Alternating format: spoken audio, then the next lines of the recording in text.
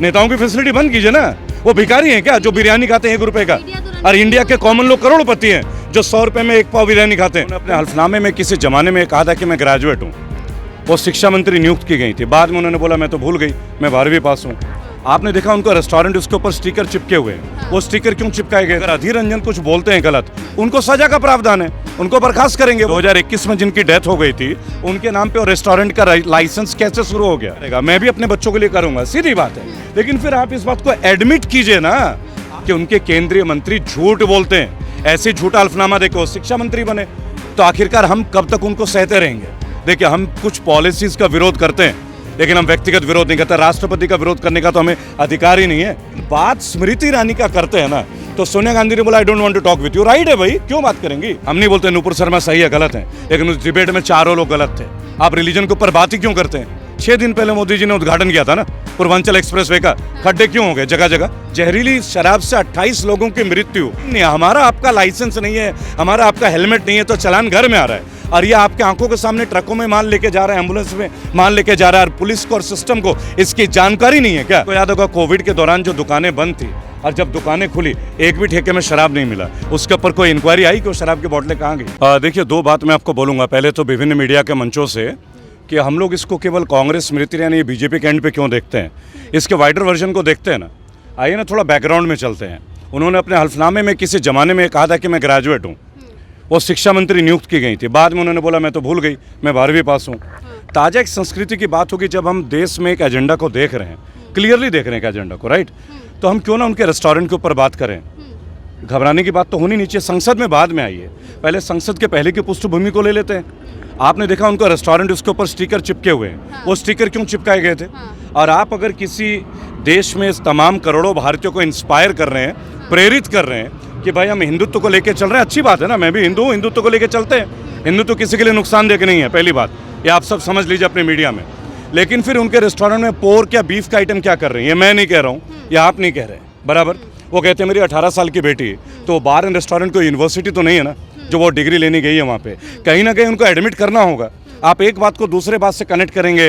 अगर अधीर रंजन कुछ बोलते हैं गलत, उनको सजा का प्रावधान है, उनको बर्खास्त करेंगे। वो तो हमारा आपका पार्ट ही नहीं है। नहीं, देखिए पत्रकार महोदय, सबसे पहले मैं एक बात बोलूंगा, व्यक्तिगत टिप्पणी कोई भी करे उनको कानून का प्रावधान है। इस समय आप कौन होते हैं? उसके लिए लोकसभा अध्यक्ष है ना, राज्यसभा अध्यक्ष है ना, या मैं और आप है उसके लिए। लेकिन उनके रेस्टोरेंट कौन करेगा? 2021 में जिनकी डेथ हो गई थी उनके नाम पे और रेस्टोरेंट का लाइसेंस कैसे शुरू हो गया? उन्होंने बोला मेरी बेटी का रेस्टोरेंट था ही नहीं। आज से 2 साल पहले की ट्वीट में उन्होंने देखा कि गर्व महसूस है मुझे अपनी बेटी को लेके। तो ये 2 अलग अलग स्मृति ईरानी की जुड़वा बहनें तो नहीं है। आप इस बात की पहले इंक्वायरी कीजिए। Does she have another sister with the same face with the same physical aperture? ऐसा तो है नहीं, राइट? तो उन्होंने जब ये खुद एडमिट किया, आप उनको प्रोत्साहित कर, हर माँ हर बेटा के लिए करेगा, मैं भी अपने बच्चों के लिए करूंगा, सीधी बात है। लेकिन फिर आप इस बात को एडमिट कीजिए ना। आज आप क्यों बोल रहे हैं कि नहीं मेरी बेटी 18 साल की पढ़ाई कर रही है? वो रेस्टोरेंट में जो मेन्यू का आइटम है बर्गर खाते हुए, पोर्क बर्गर खाते हुए आपने देखा नहीं है क्या? वो वीडियो मैंने तो बनाई नहीं, गुड टाइम्स में आप देख सकते हैं। तो चीज़ों को लाने से पहले एक बार ना उनको भी हमें एक बात बोलना होगा। दूसरों पे उंगली उठाते हैं, आपके केंद्रीय मंत्री हैं। आप जिस देश में तमाम गौ माता के लिए बातें हम लोग कर रहे हैं, अब भाई सीधी सीधी बात है, समझिएगा मेरी बात, गौ माता के लिए हम लोग बात कर रहे हैं और आप उसमें क्या मेन्यू सर्व कर रहे हैं? और उसके ऊपर क्यों नहीं बात करेंगे? उसके ऊपर तो सभी पे बात करनी चाहिए ना। तो आप सोनिया गांधी का मैटर को भी छोड़िए, आपकी बाकी मैटर्स को छोड़िए, let us talk about those point. उस रेस्टोरेंट का मेन्यू किसने डिजाइन किया? वो क्या डाइट ले रही थी वीडियो के अंदर? तो ये बात साबित हुआ ना कि उनके केंद्रीय मंत्री झूठ बोलते हैं। ऐसे झूठा हल्फनामा देकर वो शिक्षा मंत्री बने, तो आखिरकार हम कब तक उनको सहते रहेंगे? आप कभी भी दूसरे नेता के ऊपर बात करते हैं। ये मीडिया के साथ में एक बड़ी दिक्कत है, ये मंच और माइक लेके जो आप बात अभी यहाँ उनकी बोलिए, राष्ट्रपति की, उनको राष्ट्रपति जैसा जो शब्द है गलत टिप्पणी है, बिल्कुल गलत टिप्पणी है, क्षमा मांगनी चाहिए उनसे। भाई राष्ट्रपति जो फर्स्ट सिटीजन होते हैं, किसी का अधिकार नहीं है। और ये तो उनको संस्कार भी मिलने चाहिए ना, अधीर रंजन जी को भी। आप किसी नारी के लिए, आप जानते हैं भारत के प्रथम आदिवासी महिला वो राष्ट्रपति बनी, हमारे लिए गौरव का विषय है। तो ये अधिकार नहीं है कि आप राष्ट्रपति के ऊपर, चाहे वो कोई भी हो, चाहे आप हो, चाहे मैं हूं, चाहे कोई भी हो। लेकिन आरोप यही लग रहा है कि वो सम्मान नहीं कर रहे हैं, आदिवासी बनी है इसलिए। देखिए, आरोप लगाना प्रजातंत्र का एक छोटा सा पार्ट है, कोई भी लगा सकता है। अभी उनको राष्ट्रपति बने हुए दिन ही कितने हुए हैं? आपने ऐसा कौन सा वाक्य देख लिया? देखिए, हम कुछ पॉलिसीज का विरोध करते हैं लेकिन हम व्यक्तिगत विरोध नहीं करते। राष्ट्रपति का विरोध करने का तो हमें अधिकार ही नहीं है। प्रथम नागरिक है भाई, हम क्या सोच के विरोध करेंगे और क्यों करेंगे भाई? वो बेहतरीन उन्होंने अपना काम किया होगा जब भी तो राष्ट्रपति बने। दूसरी बात है चुनी हुई प्रतिनिधि हैं, बराबर क्रॉस वोटिंग भी तो हुआ है ना। वो विपक्ष के लोगों ने तो क्रॉस वोटिंग किया है ना, या किसी और ने किया है? क्या अखिलेश जी की टीम ने क्रॉस वोटिंग नहीं किया है? क्या ममता बनर्जी की टीम ने क्रॉस वोटिंग नहीं किया है? क्या तो सच्चाई को स्वीकार कीजिए। लेकिन बात स्मृति ईरानी का करते हैं ना, तो सोनिया गांधी ने बोला I don't want to talk with you. Right है भाई, क्यों बात करेंगी आप? स्मृति ईरानी ने कहा था उन्हें कि डोंट टॉक टू मी। नहीं, मैं आपको बताऊंगा, सोनिया गांधी ने भी बोला। आप पहले देखिए, एक्चुअली सोनिया गांधी जी ने बोला डोंट टॉक टू मी, क्योंकि वो दूसरी मेंबर से बात कर रही थी, राज्यसभा के एक मेंबर से बात कर रही थी। जब उन्होंने पूछा कि ये अधीर रंजन जी का व्यक्तिगत है तो मेरा नाम क्यों उछाला जा रहा है, तब उन्होंने बोला स्मृति मैडम, मैं बोला नहीं, I don't want to talk to you. तो उनका प्राइवेसी है, कारण है ना। कोई भी बात तो सोनिया गांधी चिल्लाती हैं, क्यों चिल्लाते हो भाई? अधीर रंजन जो है सोनिया गांधी के बेटे हैं क्या भाई? व्यक्तिगत टिप्पणी जो करेगा वो भुगतेगा। आप और मैं चाहे कोई भी हो, गलत बात बोलेंगे, गलतियां भुगतेंगे। जब नुपुर शर्मा ने एक बात कही थी तो भी पूरे बीजेपी को कहा जा रहा था ना वो माफी मांगे। देखिए, वो भी कह रहे हैं नहीं देखिए, आप दो इंसिडेंट को रिलेट नहीं कर पाएंगे मैम। यहाँ मैं आपको टोक दूंगा बहुत अच्छे तरीके से। पहली बात, वो डिबेट आप अच्छे से देखिएगा। उस डिबेट में 4 लोग मौजूद थे। हम नहीं बोलते नुपुर शर्मा सही है गलत है, लेकिन उस डिबेट में 4 लोग गलत थे। आप रिलीजन के ऊपर बात ही क्यों करते हैं? आपको किसने अधिकार दिया हमारे धर्म के बारे में बात करने के लिए? आप राष्ट्र की बात कीजिए ना, पॉलिटिकल पॉलिसीज की बात कीजिए ना, आप इंडिया के एजेंडास के ऊपर बात कीजिए ना, आप गवर्नमेंट फेलियर्स के बारे में बात कीजिएगा। पहली बात, किसी हिंदू को जरूरी है हर एक का अपनी धर्म की आस्था लगे। मेरी कुलदेवी माँ काली है, आप मुझे फोर्स कर दीजिएगा मैं किनको पूजा करूँ? एक कंसेप्ट है अपना अपना, बराबर। तो उस मीटिंग में जितने भी लोग थे, इंडिया में जितने भी जगह हम लोगों की इंटरव्यूज आप देखेंगे, हमने इस बात को तमाम मंचों पे एक बात बोला, आप को रिलेट नहीं करेंगे। पहली बात, इसके ऊपर कानून ले ना, आप रिलीजियस टॉपिक से हट के बात कीजिए। आप आते हैं नेशनल मीडिया में बात करने के लिए, आपको एक धर्म का ही मुद्दा मिलता है, आइए बात करते हैं ना रोडों में। आप पूर्वांचल एक्सप्रेसवे के ऊपर बात कीजिए ना। पार्टी को क्यों घसीटा गया था तब, क्यों आगे पूरी बीजेपी? देखिए मैम, पॉलिटिकल काम होता है, एक दूसरे को घसीटना नया कुछ नहीं है, सदियों से होता है, आगे भी यही चलता रहेगा। पर हम तो राजनीति की बात नहीं करते ना, हम देश के उन मुद्दों के ऊपर बात करते हैं जिसमें साधारण लोगों के जनजीवन व्यस्त होते हैं, परेशान होते हैं। 6 दिन पहले मोदी जी ने उद्घाटन किया था ना पूर्वांचल एक्सप्रेसवे का। खड्डे क्यों हो गए जगह जगह? इंक्वायरी बैठाइए, किस कंपनी को आपने दिया? मैं उत्तराखंड के दौरे में था, 18 फ्लाईओवर गिरे हैं जिनको उद्घाटन के 1 साल भी नहीं हुआ था, करोड़ों रुपए के लागत से। मध्य प्रदेश के रायसेन में अभी ताजा 560 करोड़ के, एक लगभग 560 करोड़, वो पुल ढह गया। इसके ऊपर इंक्वायरी कीजिए ना, ये तो आपकी सरकार है ना, ये तो आपकी सरकार है। अभी एक मुद्दा और चल रहा है, गुजरात में जहरीली शराब से जो मौतें हो रही है उसको लेकर काफी जो विपक्ष है वो निशाना। इसके लिए आपको धन्यवाद देना चाहिए शराब नीति का, कि जिन राज्यों में शराब बंदी है ना, सबसे ज्यादा शराब को उत्सर्जन उन्हीं राज्यों में हो रहा है। आप गुजरात का एक क्षेत्र पड़ता है नरोड़ा, मैं अभी वहीं से आया हूँ, वहाँ के सभासद है निकुल सिंह तोमर, मैं आपको ना मैं मिल के आया हूँ, काफी युवा है, और मैं पूरे देश का यात्रा करता हूँ। खुलेआम शराब का काम चल रहा है, नया क्या है? इसका जवाब तो मोदी जी देंगे ना, इसका जवाब तो पटेल जी को देना पड़ेगा। ये जवाब मैं और आप क्या दें?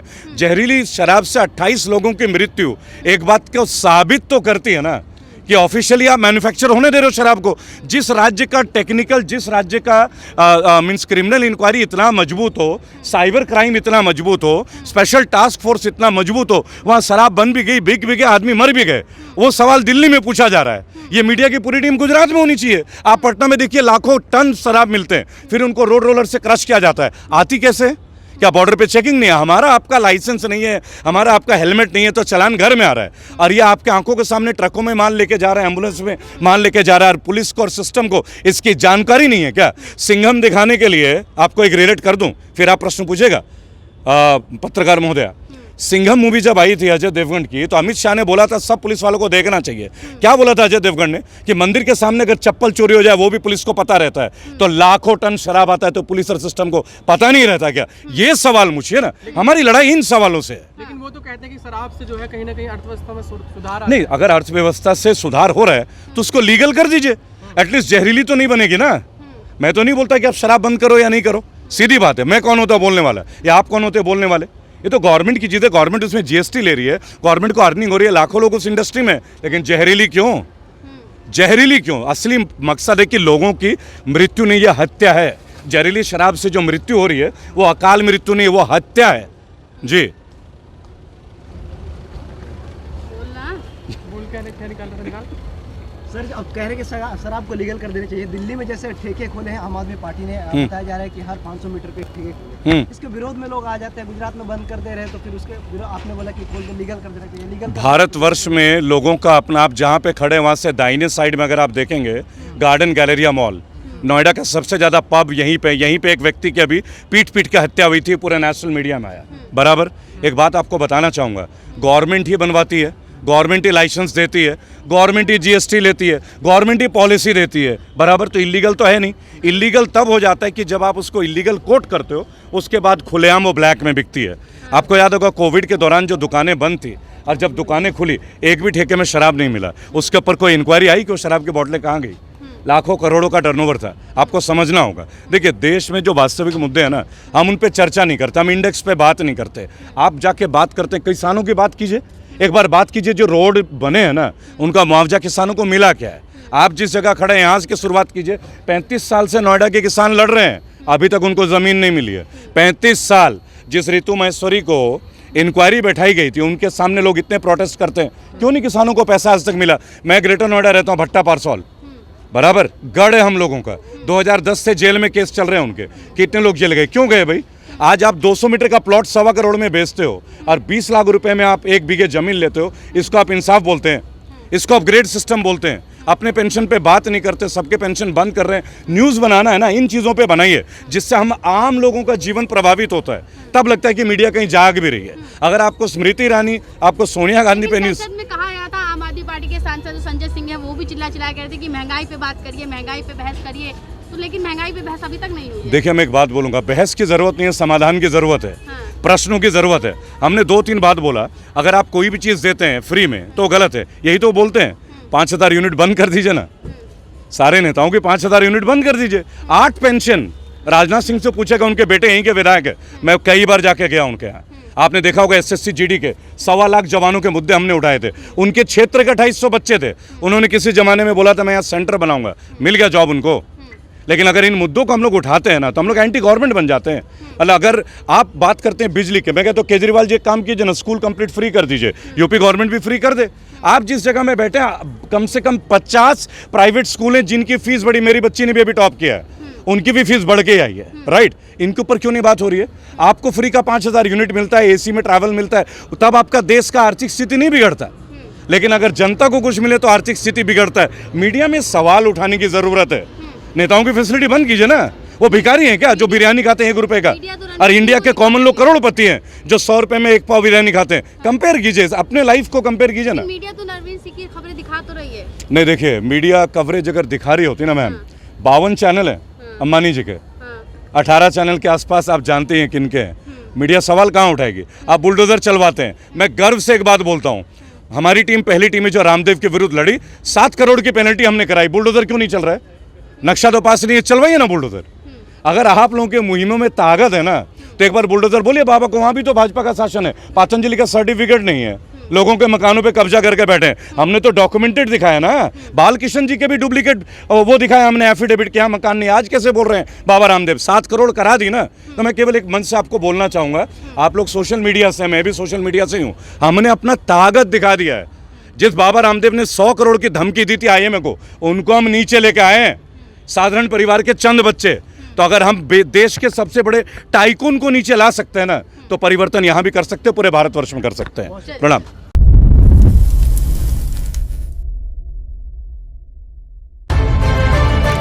सुपर न्यूज 24 कोलकाता, हर कदम सच के साथ।